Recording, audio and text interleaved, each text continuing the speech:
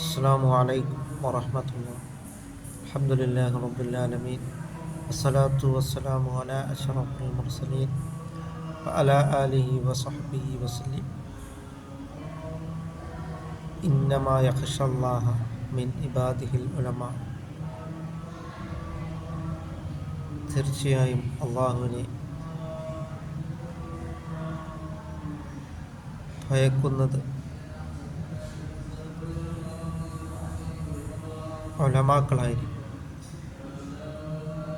അതുകൊണ്ടാണ് സയ്യിദുനാ റസൂൽ കരീം സല്ലല്ലാഹു അലൈഹി വസല്ലം തങ്ങൾ പറഞ്ഞിട്ടുള്ളത്,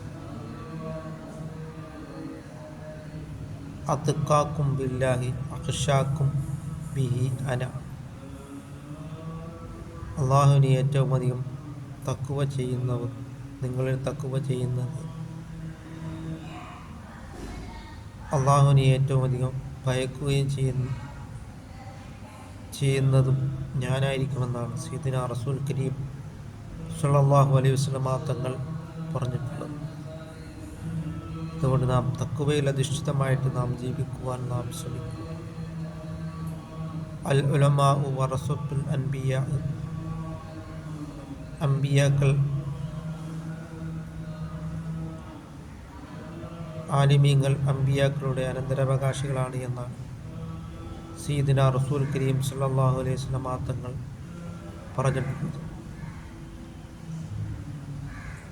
അതുകൊണ്ട് അക്രമുൽ ഉലമാ, ആലിമീങ്ങളെ നിങ്ങൾ ബഹുമാനിക്കുക.